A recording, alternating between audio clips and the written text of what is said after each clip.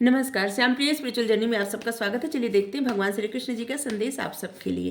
ये टाइमलेस और general reading है, ये गाइडेंस की रीडिंग होती है और ये स्पिरिचुअल रीडिंग होती है। ठीक है, तो आपको गाइडेंस चाहिए तो रीडिंग देखिए। ठीक है, और ये सभी के लिए होती है, सभी जेंडर के लोगों के लिए रीडिंग होती है, सभी वर्ग के लोगों के लिए रीडिंग होती है। ठीक है, तो चलिए देखते हैं भगवान श्री कृष्ण जी का संदेश आप सबके लिए। आप लोग हमें इतना सपोर्ट करते हैं, इसके लिए बहुत बहुत धन्यवाद, शुक्रिया, thank you so much. Guidance की रीडिंग आप ज़्यादा से ज़्यादा शेयर कर दिया करिए। ठीक है, पता नहीं किसको गाइडेंस की और ज़रूरत रहती है, उन लोगों तक पहुंच जाया करें। ठीक है, हम आपसे रिक्वेस्ट कर रहे हैं। टॉलरेंस, सहनशीलता, पहला ही कार्ड आ गया, सहनशीलता। क्लेम मेडिटेशन,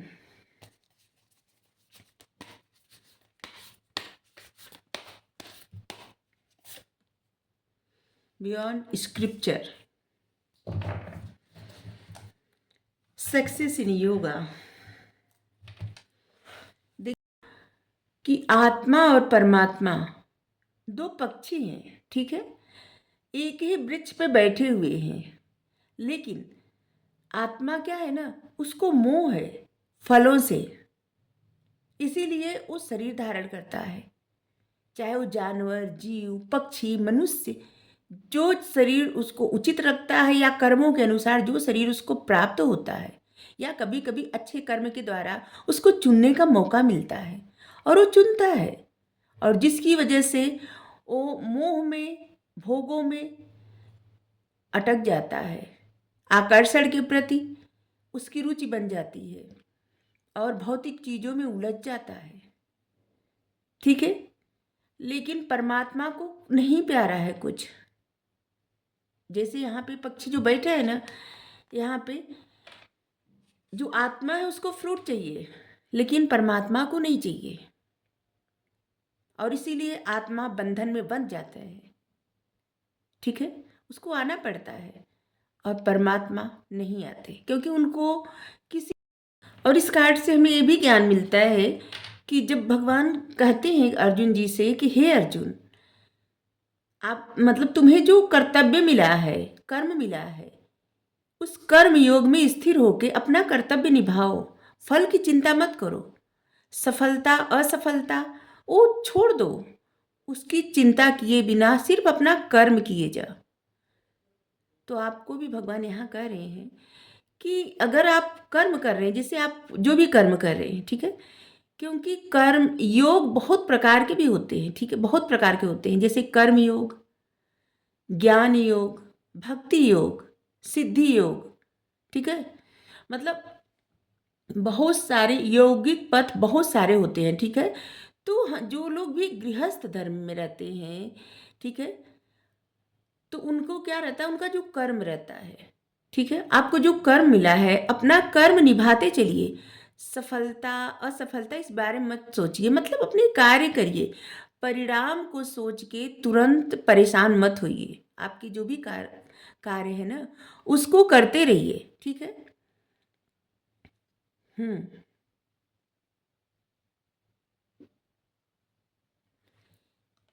आपको यहाँ पे ना जो भी आपका कर्म है उसको करिए, आप परिणाम का मत सोचिए। जैसे अगर आप कोई बिजनेस स्टार्ट करना चाहते हैं, ठीक है, तो उसको करिए, परिणाम का मत सोचिए। अगर आप कुछ क्रिएट करना चाहते हैं तो उसको करिए, परिणाम का मत सोचिए। ठीक है, कोई जॉब मतलब आपको मिल रही है तो उसको मतलब वहाँ पे एक्सेप्ट कर लीजिए जॉब, और कुछ समय तक अपनी जॉब करके तो देखिए, वहाँ पे जाके तो देखिए, पहले से ही परिणाम का सोच के कि यहाँ पे असफलता मिलेगी या सफलता मिलेगी।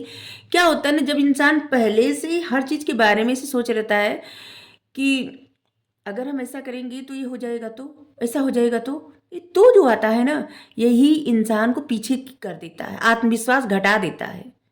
इसीलिए जो भी कार्य रहे बिंदास करना चाहिए, ये तो नहीं लगाना चाहिए, या तो हाँ या तो ना, जो भी परिणाम नहीं, परिणाम क्या होगा उसके लिए तैयार रहे कि जो होगा सो होगा, और होगा वही जो राम रचि राखा, बिना उनके चाहे तो कुछ भी नहीं होता। ठीक है, तो यहाँ पे है कि आप जो भी कार्य कर रहे हैं, ठीक है, जो भी आपका योग है, वहाँ पे आप मन लगा के अपना कार्य करिए। कुछ आप एक्शन लेना चाहते हैं कहीं, तो एक्शन लीजिए। जैसे होता है कि आप किसी से कुछ कहना चाहते हैं, आपको डर लगता है वो इंसान आपको पता नहीं क्या कह देगा। आप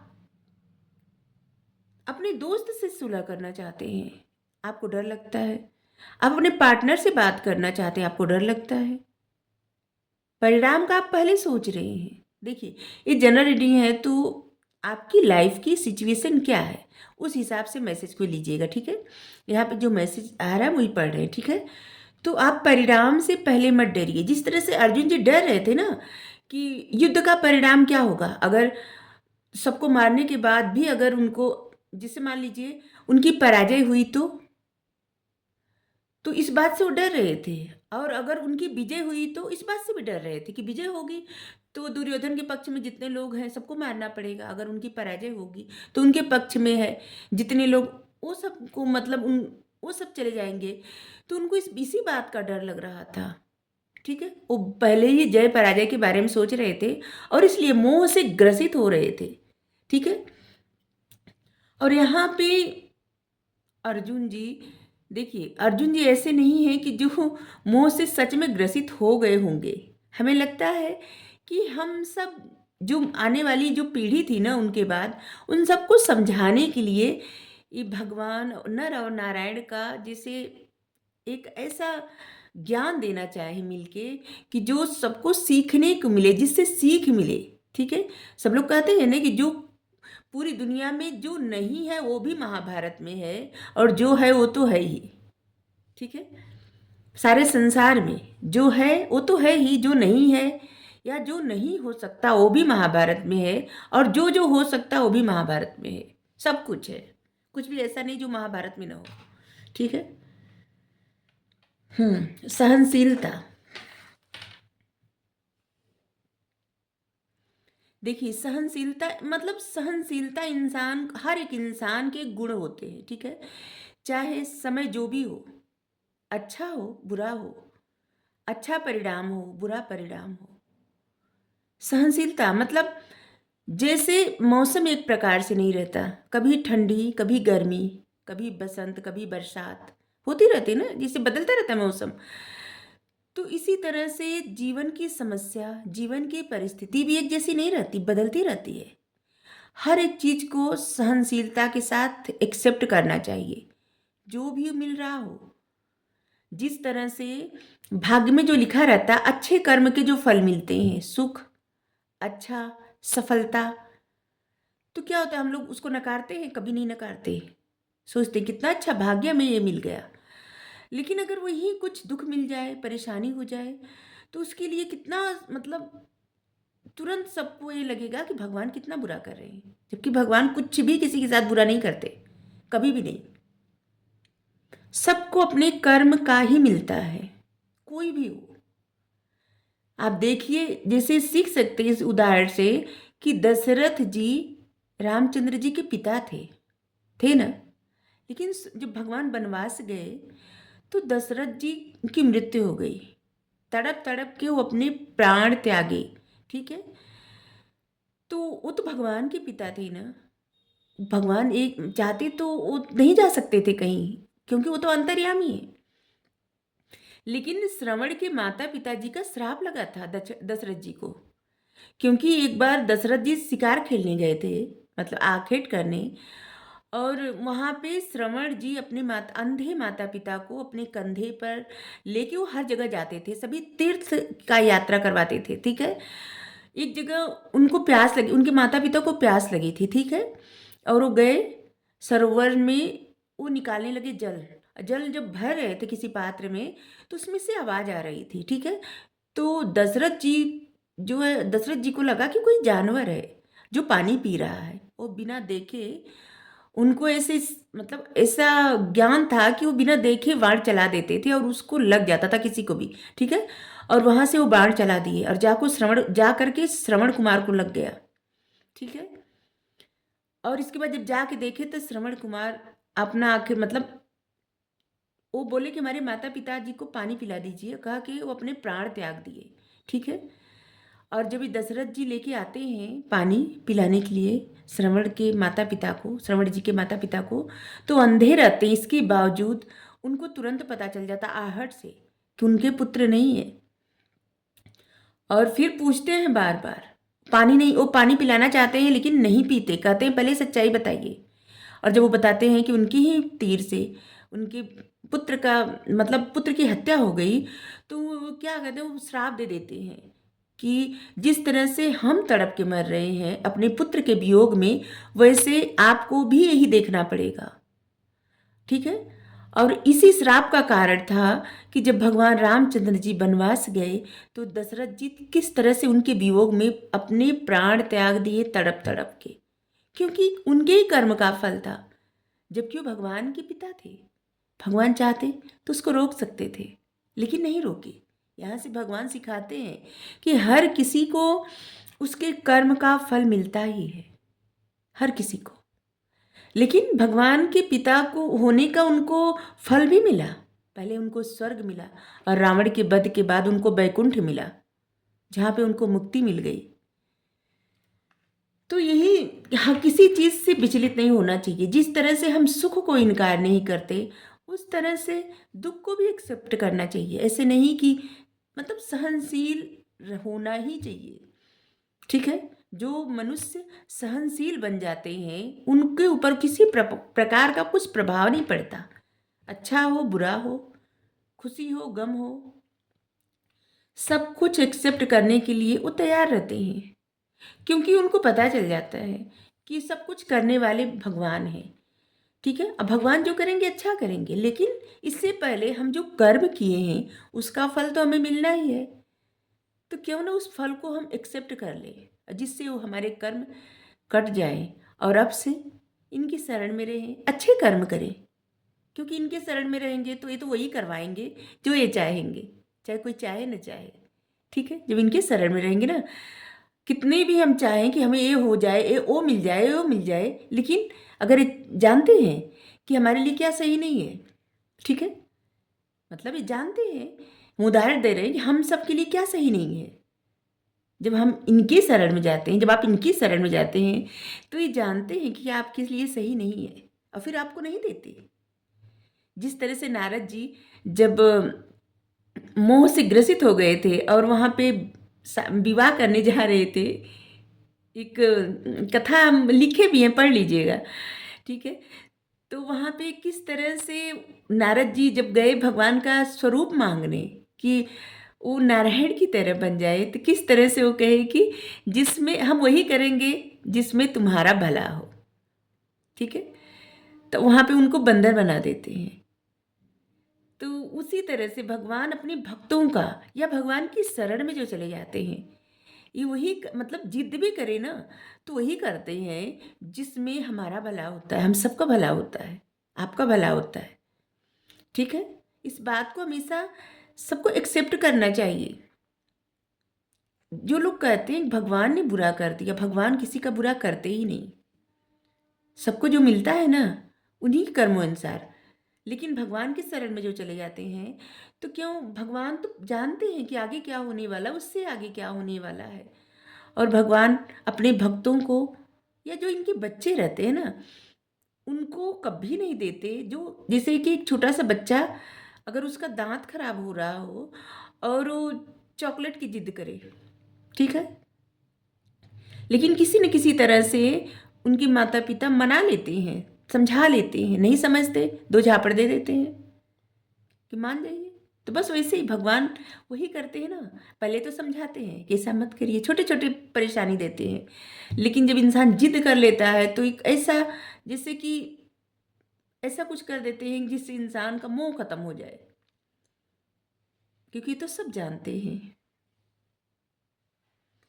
इसी तरह से हमेशा जो लोग इल्ज़ाम लगाते हैं कि हम जब से भक्ति स्टार्ट किए तब से मेरे साथ ऐसा होने लगा, तो कितनी बार यहाँ पे बताया गया है कि जैसे ऐसा कुछ नहीं होता, वो हमारे कर्म जो है कटते जाते हैं, विचलित नहीं होना चाहिए। यहाँ पे योग मतलब यहाँ पे भी मेडिटेशन करने के लिए कहा गया है। यहाँ पे योग, यहाँ पे कर्म योग, योग, और यहाँ पे मेडिटेशन, ध्यान। प्रकार हवा रहित स्थान पर रखा हुआ दीपक कभी नहीं हिलता, ठीक है। जैसे आप कहीं ऐसी जगह पे दीपक रख देंगे जहाँ पे हवा नहीं आ रही है, ठीक है, तो वैसे ही जलता रहेगा, उसकी लौ हमेशा एक जैसी ही रहेगी। लेकिन जहाँ पे हवा आ रही है वहाँ पे अगर आप रख देंगे तो दीपक अच्छे से जलेगी, कभी लगेगा अभी बुझ रही है, फिर अभी जलने लगेगी, ऐसा होता है ना।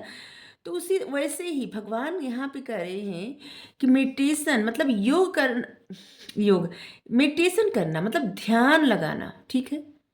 ध्यान लगाना कितना जरूरी होता है, मन एकाग्र करना कितना जरूरी होता है। जब इंसान का मन एकाग्र रहता है तो हमेशा स्थिर रहता है, ठीक है, और वो कभी किसी चीज से विचलित नहीं होता, न लौकिक चीजों से न परलौकिक चीजों से वो विचलित नहीं होता। इसीलिए यहाँ पे योग पे बल दिया गया है, और यहाँ पे ध्यान मतलब मेडिटेशन, मन शांत करना कितना जरूरी होता है। सब कुछ समझने के लिए योग ध्यान बहुत ज़्यादा जरूरी होता है। हम हमारे अंदर कितना ज्ञान होता है ये भी समझने के लिए, क्या ज्ञान है, क्या हम कर सकते हैं, क्या हम कर सकते हैं, क्या हम दूसरों को समझा सकते हैं, क्या हमारे कारण दूसरों की हेल्प हो, क्या हम ऐसा करें कि जिससे दुनिया की मदद हो, ठीक है। अरे ज्ञान अंदर से आता है, जितना मन शांत रहेगा उतना ज्ञान बढ़ता जाएगा। जैसे यहाँ पे है उदाहरण है कि जिस तरह से शांत जगह पे, जिस जहाँ पे हवा नहीं आ रही वहाँ पे दीपक रखने पे दीपक हिलती नहीं है, ठीक है, एकदम उसकी लौ जलती रहती है एक सीध में।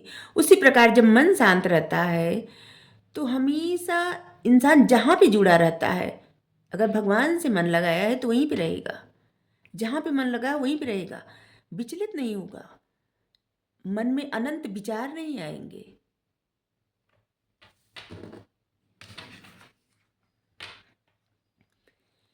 यहाँ पे है कि जैसे जो कुछ भी होता है, ठीक है, जो भी जीवन में होता है वो पहले से कुछ लिखा नहीं गया रहता है, ठीक है। ये सब सबके कर्मों के हिसाब से सब कर्म बदले भी जा सकते हैं। यहाँ पे बताया भी गया ना कि जैसे हम इससे पहले क्या किए हैं उसका तो फल मिलना ही है, लेकिन यहाँ पे भगवान के साथ जब जुड़ जाते हैं, इनकी शरण में चले जाते हैं, तो क्या होता है कि हम गुड कर्मा क्रिएट कर सकते हैं, ठीक है, और अपने कर्म बदल सकते हैं, ठीक है। कहा जाता है ना कि विधि की लिखा न मतलब मिटे न मिटाए। तो कभी कभी क्या होता है भगवान के शरण में गए से बहुत सारे विधि में लिखा हुआ ना वो जल्दी जल्दी कर्म कट के अच्छे कर्म क्रिएट होके और वो भी मिट जाता है, ठीक है। हम्म बहुत सारे।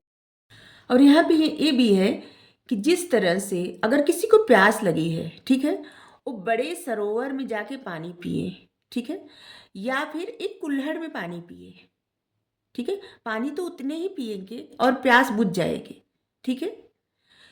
उसी प्रकार से आप वेद पढ़ें, पुराण पढ़ें, कितना भी अनंत सब कुछ पढ़ें, आप ज्ञान पाने के लिए सब पढ़ते हैं हर कोई, लेकिन अगर भगवान को समर्पित हो जाए, भगवान को जानने लगे, भगवान के बारे में जानने का प्रयास करे, इनसे जुड़ने का प्रयास करे, तो वही प्यास बुझ जाती है, ज्ञान अपने आप मिलता जाता है, क्योंकि हम इनके शरण में आ जाते हैं, और जो इनके शरण में आ गया वो अज्ञानी थोड़ी रहेगा।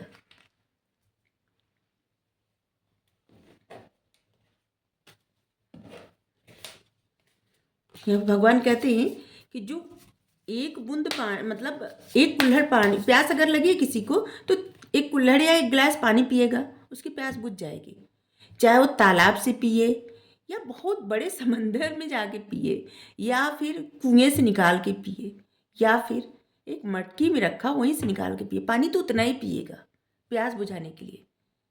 तो इसी तरह से ज्ञान की अगर प्यास है तो आप चाहे कितना भी पढ़ें, आपकी अपने ज्ञान की प्यास बुझाने के लिए पढ़ेंगे ना, कि आपको ये ज्ञान मिल जाए, वो ज्ञान मिल जाए। वेद पढ़ेंगे, पुराण पढ़ेंगे और तमाम सब कुछ पढ़ेंगे, लेकिन वही प्यास आपकी बुझ जाएगी जब आप प्रेम भक्ति में लीन हो जाएंगे, ईश्वर के प्रति समर्पित हो जाएंगे, समर्पण समर्पण भाव रखेंगे।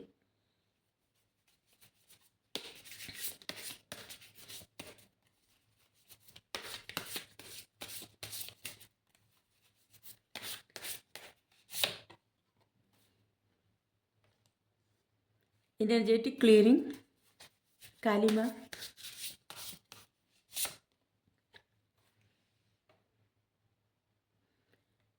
कंपेनियनशिप,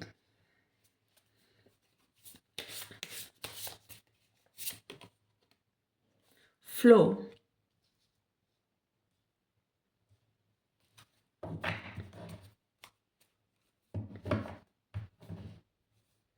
यहाँ पे है नॉट।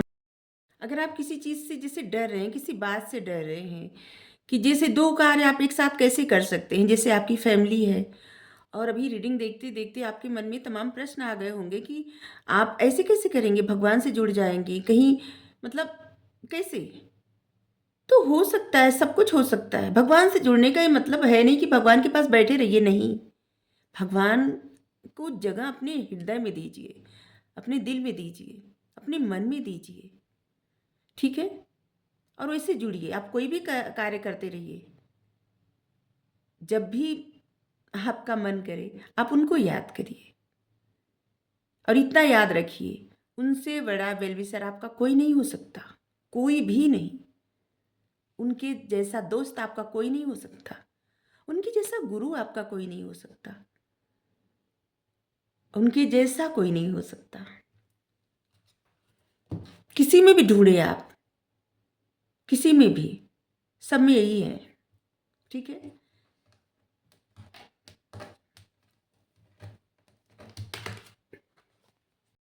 यहाँ पे है आपके जीवन में जो संकट आता है, मतलब जो प्रॉब्लम आती है, समझ लीजिए कि ईश्वर आपको तैयार करते रहते हैं, क्योंकि उनकी योजना आगे कुछ और रहती है, ठीक है। और उसके लिए आपको तैयार किया जाता है, इसीलिए बार बार आपको कहा जाता है हार नहीं मानना, ठीक है। संकट के दौरान जो भी प्रॉब्लम होती है उसको एकदम स्ट्रेंथ के साथ सामना करिए, ठीक है। किसी भी तरह से घबराइए नहीं, बस याद रखिए परमात्मा है आपके साथ।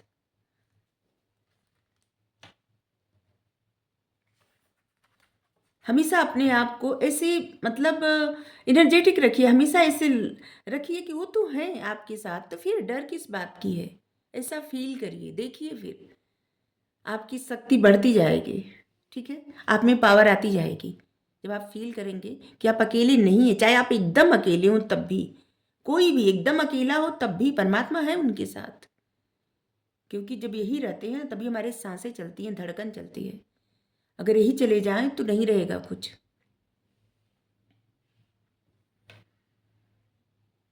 और किसी को अपनी, यहाँ पे है, किसी को अपनी संपूर्ण उपस्थिति देना, जैसे किसी को ये बताना कि हम हैं, ठीक है। ये भी बहुत बड़ी ब्लेसिंग होती है किसी किसी के लिए, ठीक है। गिफ्ट होता है किसी किसी के लिए, अपनी प्रेजेंस शो करना किसी किसी के लिए बहुत बड़ी ब्लेसिंग होती है, ठीक है। जैसे मान लीजिए आप अपने घर से, एक उदाहरण दे रहे हैं कि आप अपने घर से रूठ के चले गए, ठीक है।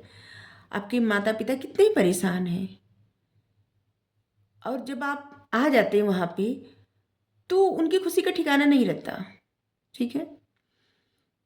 अगर आप दोस्त हैं तब भी अगर आप नाराज हैं और इसके बाद आपका दोस्त एकदम निराश हो गया और फिर आप उपस्थित हो जाते हैं तो उसकी खुशी का ठिकाना नहीं रहता, ठीक है। तो किसी को अपनी उपस्थिति शो कराना भी सबसे बड़ा गिफ्ट होता है, ठीक है।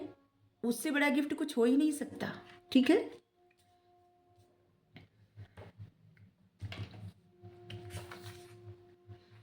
हमेशा ऐसे प्रार्थना करनी चाहिए भगवान से कि हे भगवान, हे डिवाइन, आप हमें ऐसा बनाइए कि जो भी मतलब सिचुएशन हो, जैसा भी कुछ हो, हम हमेशा उसी बहाव के साथ आगे बढ़ते रहें जैसा आप चाहते हैं।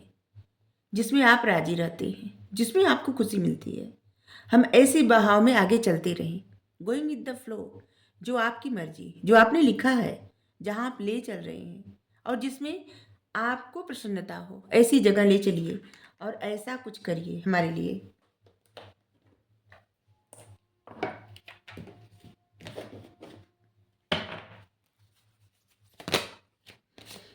एक कार्ड अपने आप अनफोल्ड हो गया था, यही ले रहे हैं। डीजे वाल खुल, धर्म अनफोल्डिंग। देखिए, आप एक याद रखिए कि आप सही पथ पर हैं, ठीक है। एक स्टेप आगे बढ़ते रहिए, ठीक है। इस समय है खुशियों का और यकीन करिए आप खुशियों की तरफ आगे बढ़ रहे हैं, ठीक है। बहुत अच्छा मैसेज आया है।